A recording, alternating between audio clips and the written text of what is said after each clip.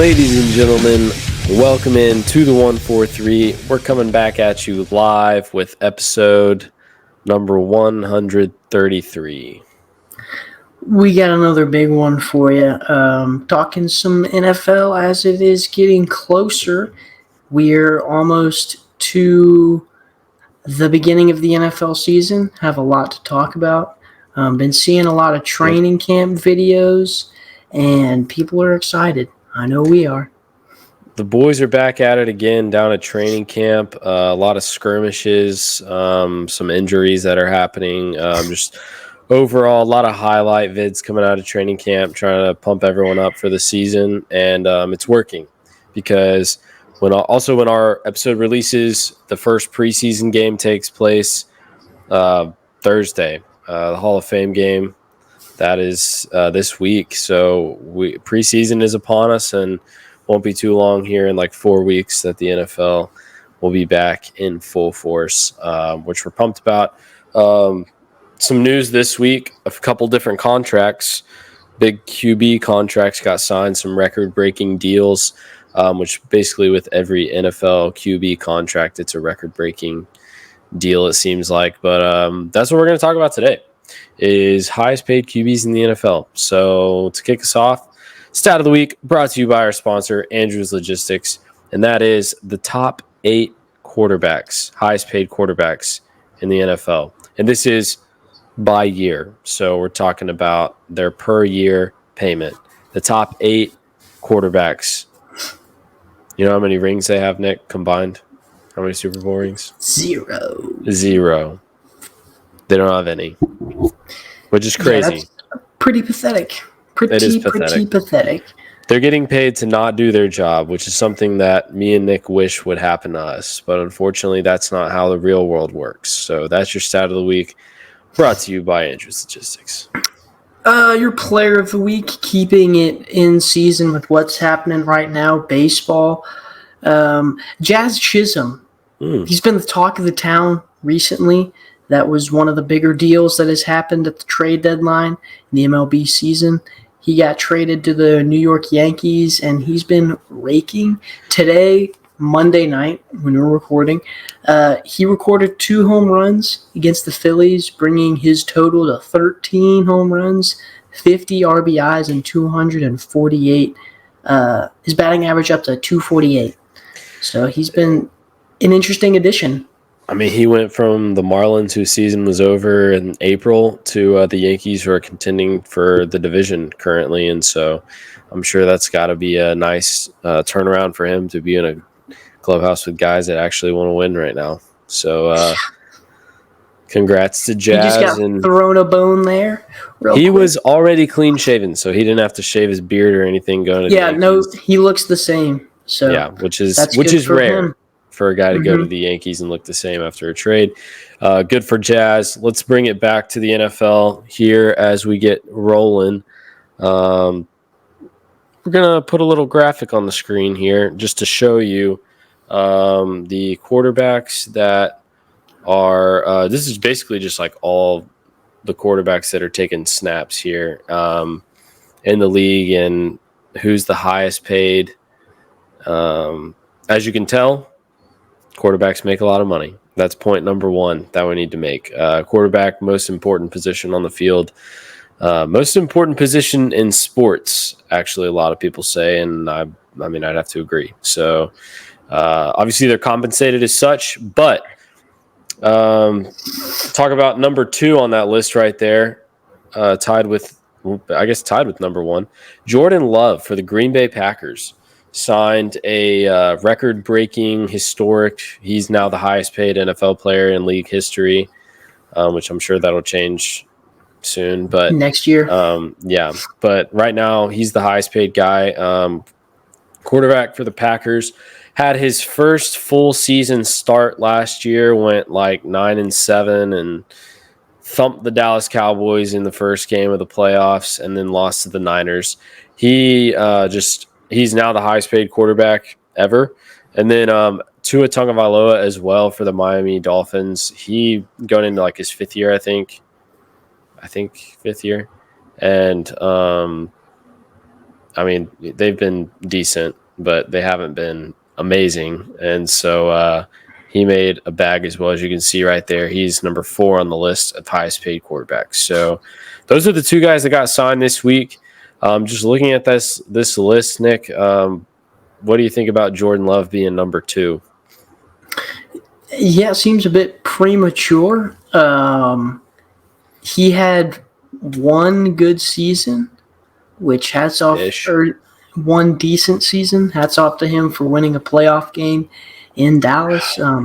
I would say that's an accomplishment, but it's not very hard to beat the Cowboys in the playoffs. So there's that. No. I think he is still yet to prove himself. Definitely to be the highest paid quarterback in league history, because that's crazy for a guy that only played one full season as the starter. He still has a lot to prove. Yeah. The talent level is there. It is. But can he produce he's got to build on what he did last year. All right. He was pretty good last year. He's got to be great this year if he wants to, earn that contract. And honestly, with how much he's paying him, they should be winning the division. Like, that's the faith level that he's getting put into him. $55 million. Yeah, I think this is pretty ridiculous as well. But this is the kind of money he's been asking for because he deserved to reset, or not reset, but be on top of the QB market. And he had a great second half of last season. He only has had one good half of an NFL season. He had a great win on the road in Dallas. We handed him the game. Aaron Jones really helped in that as well, putting up like 2 billion rushing yards on us in one game. So anyways, I think that he was massively overpaid. He hasn't proven himself yet. He could prove himself, but he hasn't yet. And props to him for just completely robbing the Packers as of right now. I'm not saying he can't turn out to be Super Bowl winning quarterback or Hall of Famer. I'm just saying he hasn't really proven anything at this moment in time, which normally you want a little something before you pay him. But I mean, what do I know? And Tua, I think with Tua, with the Dolphins, it's kind of like this. It's hard to find another franchise QB. I mean, it's almost impossible to find a franchise QB. So when you have your guy, even if they haven't, I guess, gotten the job done yet, you got to pay him to keep him, to make him happy. And the only scary thing there is that his career could be cut short due to injury. Yeah, you got to think about that. And like Tua gives them great regular seasons, and they don't perform in the playoffs, which reminds me of another guy trying to get a deal done right now, Mr. Dak Prescott. He's way down on the list. He's getting a measly $40 million. So, which it's crazy that like almost a year ago that was like a expensive quarterback deal, and now it's just chump change.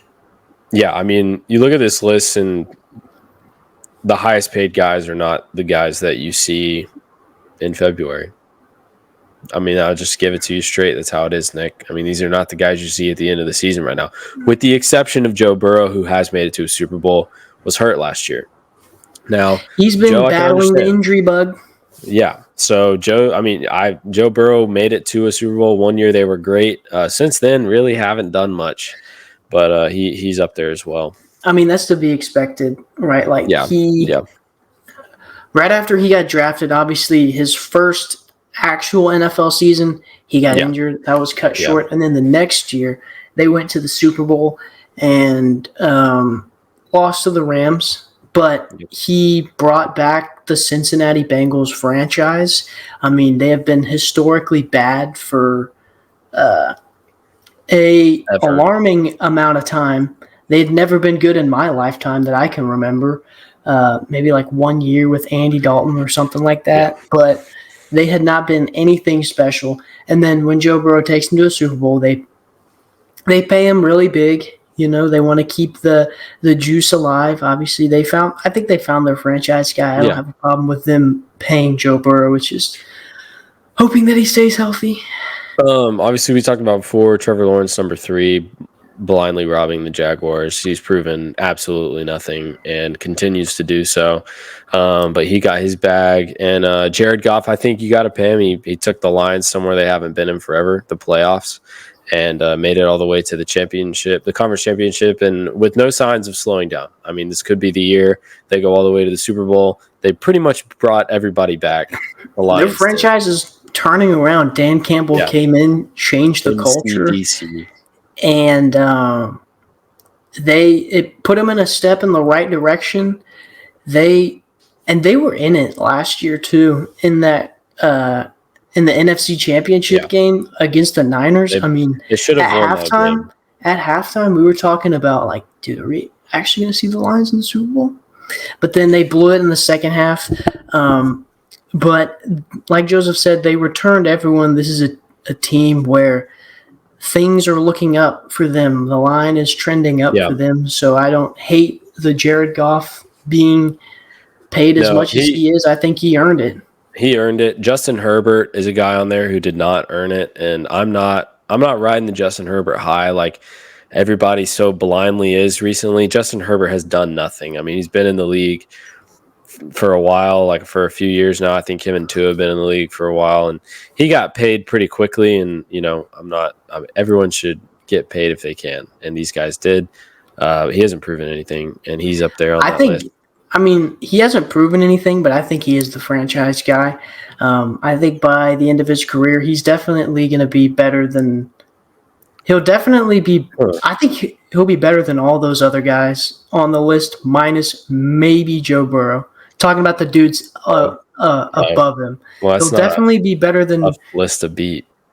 Other than Joe, I don't know. Joe's the only one that I could see maybe, but – Herbert's great at throwing they did picks get their guy, and that's true. I do think Harbaugh's going to come in and new coach, not change the culture immediately. I don't think they're going to be something insane this season, but I do think they'll do something this year that they'll be able to build on in the offseason and continue to, trend upward. He's had some great weapons around him, but he hasn't had great leadership in terms of coaching. So maybe that'll turn around for him. Obviously, Jalen Hurts being up there. They went to the Super Bowl in the right year for him, contract year, I guess, and he got his money. But obviously, neither me or Nick think he's worth it. And last year, he wasn't great. So I don't know what you want to do with Jalen Hurts, but he's up there pretty high on that list. As well as Kyler Murray, who also hasn't done anything. Yeah, Kyler Murray battling. He's another guy who's been battling injuries.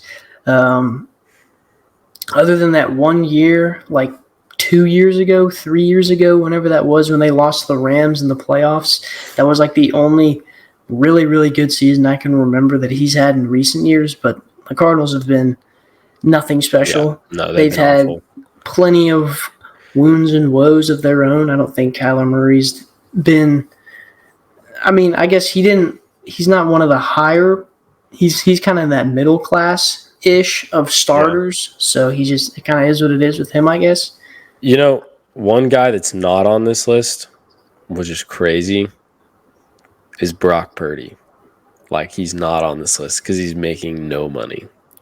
Like, the 49ers are basically getting Brock Purdy's talents and services for dirt cheap. I mean, he's making like $800K a year, which sounds pretty nice to us, of course. But as a QB, if Brock, this is his last season under the current contract. If Brock plays the same that he's been playing this year, Brock's going to make some serious money after the season's over. I mean, you have to pay him. If he does it again this year, if he continues to produce this year like he did last year and the year before, you have to pay him. He's the guy. Can I make an argument, Nick? I think if Brock Purdy had been drafted in the first round, he would have already gotten paid. You look at Jalen Hurts, Joe Burrow, Trevor Lawrence, these guys. Well, Jalen Hurts and Joe Burrow, and the fact that they made it to a Super Bowl, did not win a Super Bowl, and got a massive contract, right? Brock Purdy made it to a Super Bowl. He's made it to a conference championship before that. Has not gotten paid still. And I think that's solely based on where he was drafted. I think there's some draft bias in there before he gets that first contract. I don't know if you agree with that. Yeah, absolutely. He just seems to. It's just the Mr. Irrelevant thing still kind of haunting him a little bit because I feel like he's done enough to prove that he's not Mr. Irrelevant anymore, but he's still yet to get paid. So that's, I mean, yeah. I do think if you were a first or second round quarterback, he would have gotten paid, but him being taken so low means that there was just the ceiling they saw was not very high. But he exceeded that ceiling. I mean, he took him to a Super Bowl. He needs to play well this season so he can get some good, like some big money. Because I think if they have a bad season, like they're going to blame Brock and they're not going to pay him. So, they'll get clowned for taking him and all that good stuff. He's done more than enough to sign a big contract. They just haven't done it yet. Yeah. That is crazy. I didn't even notice that he wasn't on the list until you said something. Yeah, I was looking for him.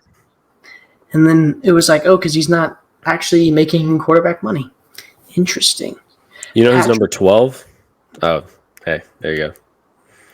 That's who I'm going to say Patrick Mahomes is pretty low on that list. Yeah, that's the big talk right now with all these contracts coming out. That's what everybody wants to talk about is how Mahomes is a little too low on the list right now. But I think he might be thinking up here with what he's got between his ears. Yeah. What makes you say that? I could, stay where I'm at and just let them sign other people that would help me win another Super Bowl. He's not super duper worried about being the highest paid quarterback ever in history. Whatever. He's like, he's not focused on those records. Yeah, exactly. And here's the thing. Let's just put it into perspective right now. Okay, Nick? The difference between $45 million and $55 million relatively is not a whole lot. And then you got to factor this in. Patrick Mahomes is the greatest quarterback in the NFL. Okay? There's no debating that. And so he is making bank off of endorsements. Okay? Now I'm going to flip it to somebody that really should be copying this blueprint. Okay, somebody else that makes a ton of money in endorsements. His name is Dak Prescott. Because when you're the quarterback of the Dallas Cowboys, and don't let that number fool you on the list, Dak is making a lot more than that this year because it's the last year of his contract.